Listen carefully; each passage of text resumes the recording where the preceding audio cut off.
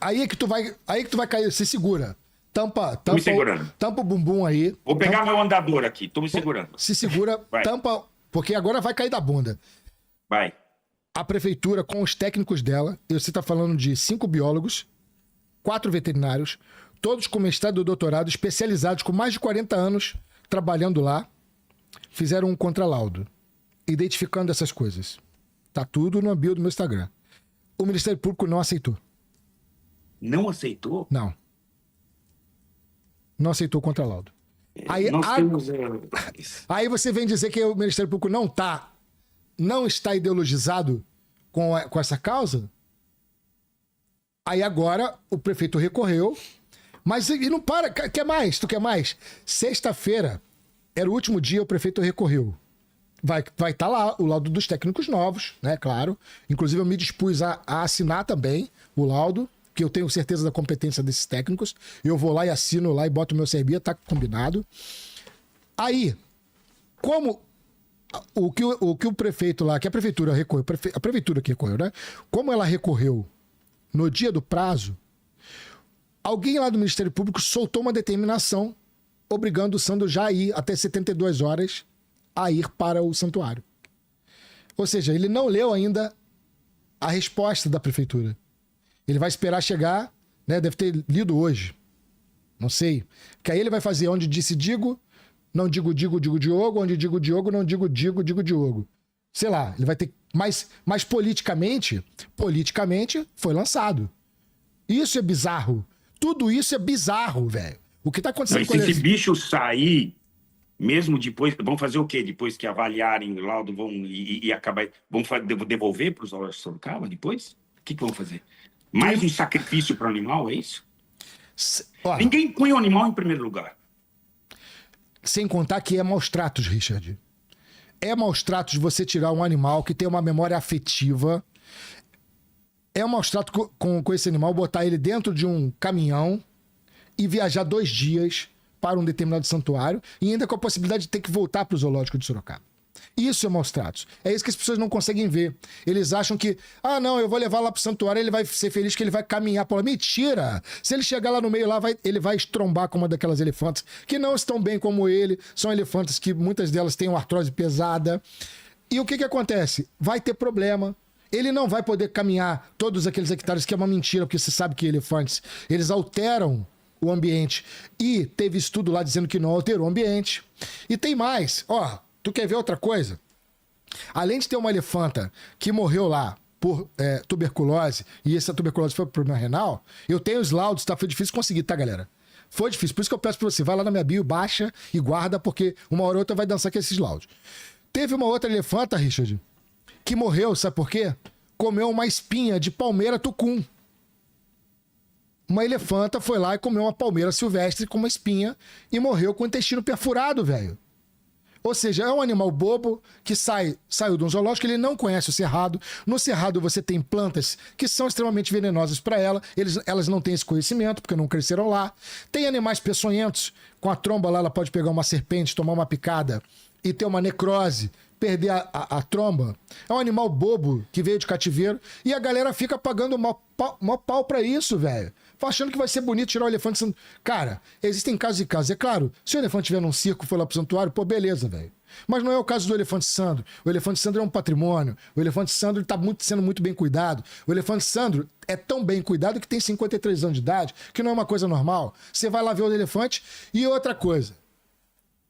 Amanhã, dia 16, quarta-feira, 2 da tarde, todo mundo lá. Todo mundo lá. Richard vai estar lá? Vai com essa roupa, Richard? Eu O vou Vilela de vai cadeira também. de roda, papai, mas eu vou pra lá. Então, todo mundo lá, 2 da tarde, vamos comprar aquela bilheteria toda na campanha Fica Sandro. Chega dessa galera fazendo demonização de zoológico. Zoológicos são imprescindíveis, cara, para preservação ambiental. E é isso que palhaçada. falta, na verdade. Falta essa união. Por isso que eu falei, eu fico muito feliz, porque você é um cara de muita representatividade. E você entra agora com força nisso, e é bom estar dividindo um pouco o fardo. Eu carreguei muitos anos o fardo aqui, cara. de embates que, assim, tanto que nessa campanha de Sorocaba, eu entrei na campanha do elefante lá de Ribeirão Preto, que a gente perdeu, né? O elefante acabou indo embora. Então, eu acho que assim, gente, a gente tem que começar a se unir, né? Eu vejo assim os biólogos aqui se unindo, as pessoas que realmente têm conhecimento se unindo e trazendo o povo que confia no teu trabalho. Porque a gente vê que o outro lado trabalha muito assim, né? Manipulando, né? E tem gente que fica perdida. Eles têm a sua turma, né? Que acredita naquilo que acredita, né? E, ok, vamos debater, né? Porque essa é uma sociedade, a gente tem o direito de debater e demonizam quem não lê essa partitura, cara. Quem não pratica, e que são, na verdade, as pessoas mais preparadas. Você pode olhar, pega a maioria dessas ONGs aqui que hoje estão por aí, a maioria formaram pessoas bonitas, elegantes e ricas, mas não estão preparadas com conhecimento técnico, cara, né? E eu fico muito preocupado também, biólogo Henrique, meu amigo Henrique, que a gente começa a perceber que quem está prestando concurso hoje para órgão público também está com o mesmo pensamento, cara. Vai com esse pensamento do amor. E biologia nunca, né? O estudo da vida, biologia, nunca foi amor. Você acha que é amor, você abre esses Instagrams, né? Nature is metal, para você entender que o Simba não é amigo do Pumba, cara. E a gente está romantizando isso, sabe? A conservação não é romantismo. Conservação, às vezes, é cruel. Às vezes, tem que tirar um bicho da natureza, meter numa gaiola, reproduzir, para depois voltar. Quantos animais foram salvos assim? E quantos não foram salvos porque a gente não fez isso? Os nossos, que a gente devia estar se preocupando mais, e não com o elefante e chimpanzé. É como você falou, por que não fizeram isso com o lobo-guará? Por que não faz o santuário do lobo-guará? Não tem tanto apelo? Né? Do macaco prego. Tá, ixi, tem macaco prego que não acaba mais, nem sabe onde enfiar tanto macaco prego. Vamos fazer um santuário do macaco prego? Né? Então, assim, a gente elegeu alguns animais que são os mais simpáticos, né? Pra gente, que são os que têm mais apelo. E nem então, são do Brasil. Conservation as a business. E animais que não são do Brasil. Você vê que foi propositado, né, cara? E é engraçado isso. Exato. Nem são nossos. Agora, são animais que chamam atenção, são animais que, estranhamente, podem receber um pix extra, sabe? Podem receber. Tem um apelo, são espécies de guarda-chuva. Agora, eu quero lembrar o seguinte: tanto o leão quanto o elefante são animais ameaçados de extinção. O elefante está ameaçado de extinção. Esse zoológico, na verdade, já teria que estar num programa de conservação para, por exemplo, a reprodução ali. O Sandro, ele provavelmente não consegue mais fazer a cópula, né? Mas talvez tenha a produção de esperma, ainda pode ser recolhido de alguma maneira, e isso pode servir para reprodução. Ou seja, o Brasil poderia estar com os nossos zoológicos trabalhando nessa ideia já de auxiliar na conservação, porque são animais que chamam a atenção, são animais que trazem... O Zoológico de São Paulo reproduziu leões e foi atacado. Eles estão tendo que responder lá, porque reproduziu leões. E eles têm espaço, porque agora vai inaugurar o Simba Safari, agora novamente, que é uma puta experiência maravilhosa, né? De novo, dando acesso a pessoas de menos condição que não podem ir para uma África da vida, mas entendeu? E agora você reproduziram os leões, que são, como você falou, animais ameaçados, e ainda foram atacados, cara. Por isso. Para que serve esse tal santuário se não serve nem para você fazer reprodução animal? Ó, cara, você sabe que teve uma lei criada por um vereador de São Paulo e eu me tornei inimigo desse cara, velho, o tal do Chechel. O camarada criou uma PL aonde proíbe a instalação de novos zoológicos e aquários. E dentro da PL, quando eu fui ler, tinha coisas tão bizarras como do tipo assim, você tem que separar os machos da fêmea. Aí tu, Isso é ideologia, Vilela. É ideologia. É do tipo, ele não quer nem que reproduza o bicho. Olha a ideia do cara, velho. Não pode fazer visitação à noite. Hoje a gente sabe que zoológicos à noite é um outro mundo, porque esses animais, a maioria, são noturnos. E a gente pode fazer educação ambiental à noite, receber pessoas... Ou seja, a gente deveria estar mudando o nível do zoológico melhorando as coisas, e a gente está retrocedendo. Retrocedendo na conservação. Por conta da ideologia desses caras, velho. Ideologia louca. Ideologia louca de que ele acha de que você tá com um animal no zoológico é exploração animal. Mas você tá num santuário recebendo pix, não tem problema. Eu vi outro dia uma mulher doida na internet, fiz uma reação a isso. A mulher entrou dentro de um lago, não sei se você chegou a ver, que você também vê bastante vídeo assim. A mulher entrou dentro do lago porque tinha um pato macho querendo copular num lago com um pato na pata. E ela estava ali, afaste-se, desesperada, gritando com ele. Não, é sério, ela entrou no lago para fazer um pato correr da coisa mais natural que existe, que é o que o animal. Animal tem duas coisas que ele faz, que ele quer fazer. Comer e fuder. Não tem outra coisa que ele quer fazer na vida. E você viu o que aconteceu, né? O que o pato falou pra ela, né? Ela falou, essa piada é velha, hein? Essa do Flame.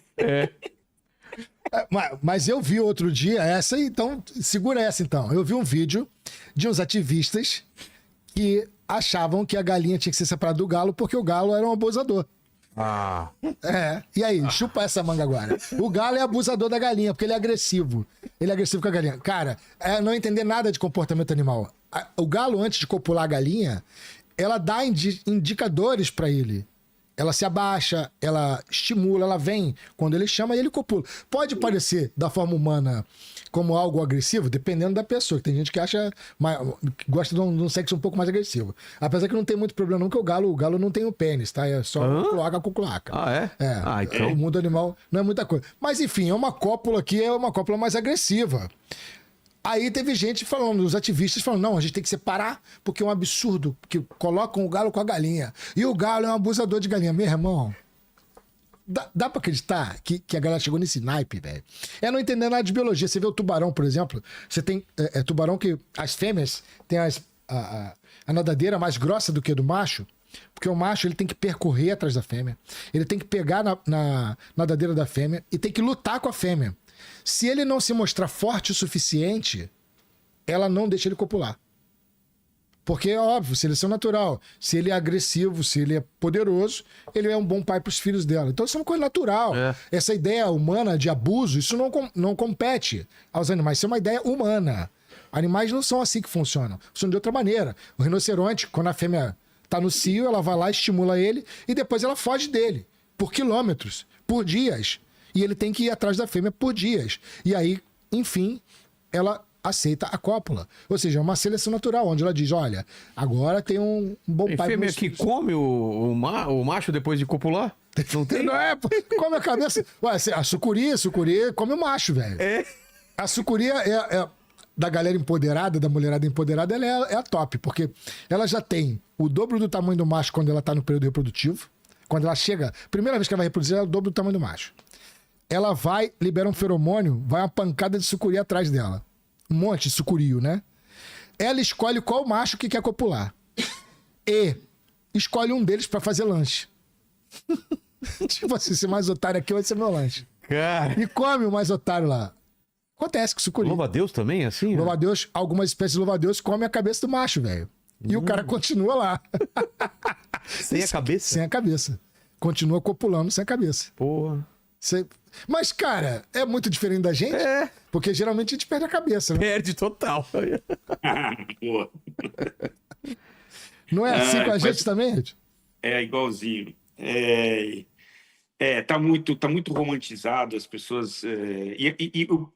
a maioria da massa das pessoas que não tem esse conhecimento acaba se atrelando normalmente a esse encantamento emocional muito mais fácil do que argumentos técnicos. O argumento técnico é frio, sabe? Mas calculista, né?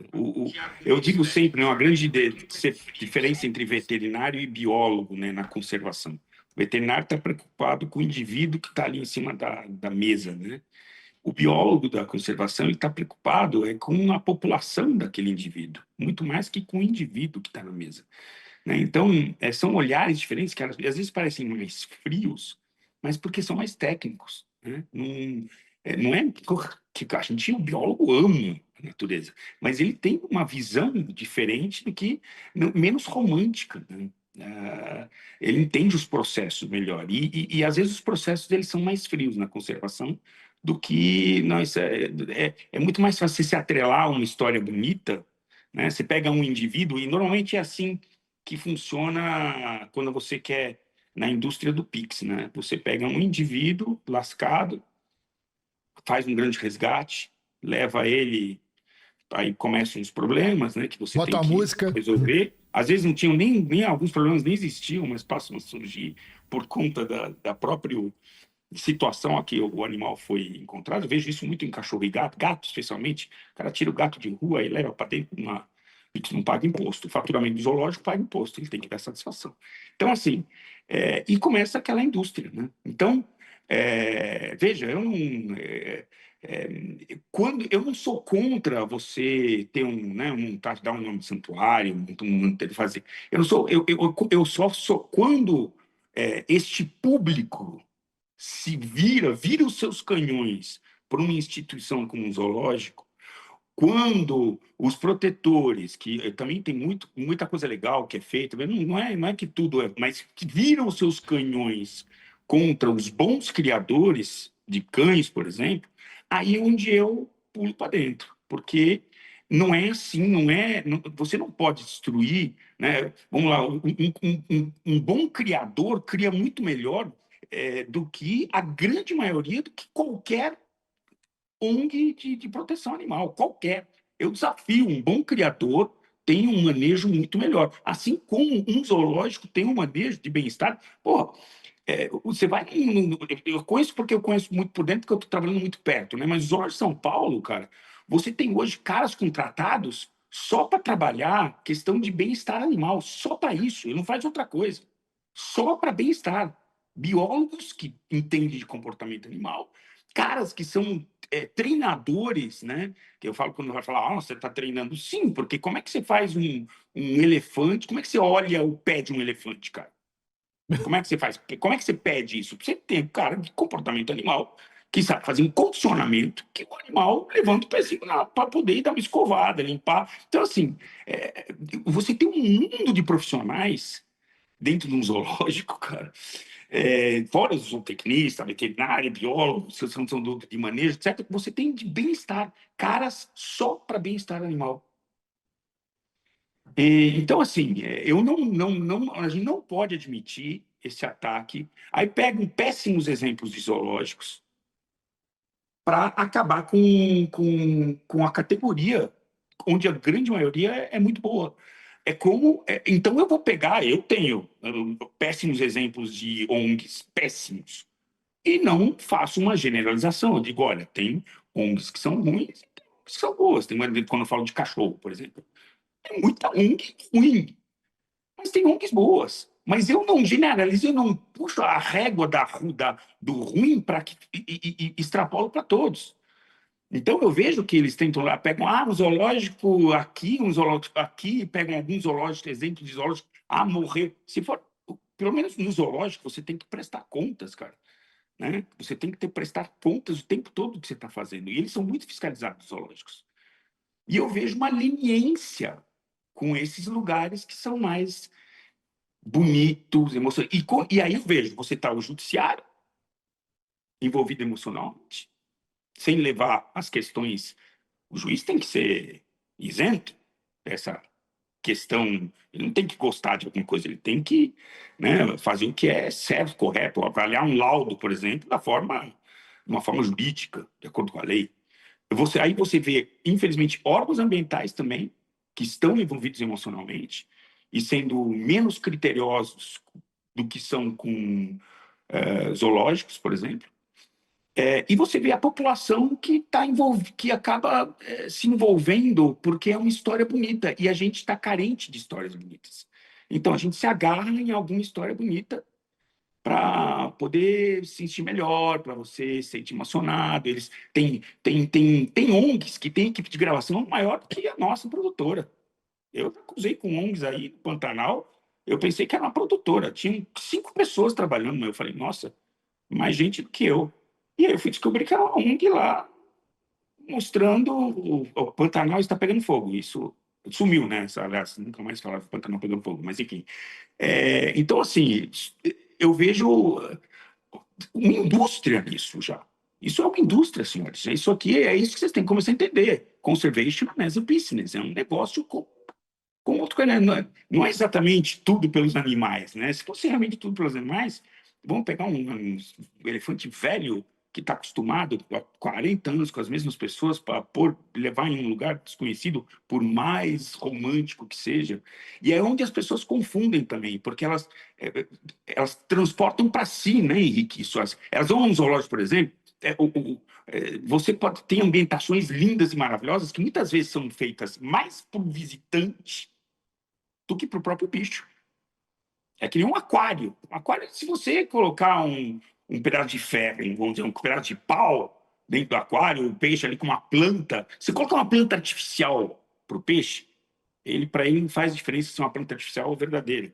Você entende o que eu quero dizer? Então, assim, muitas vezes a gente prepara um aquário para que a gente olhe com satisfação, mas não é pelo peixe exatamente.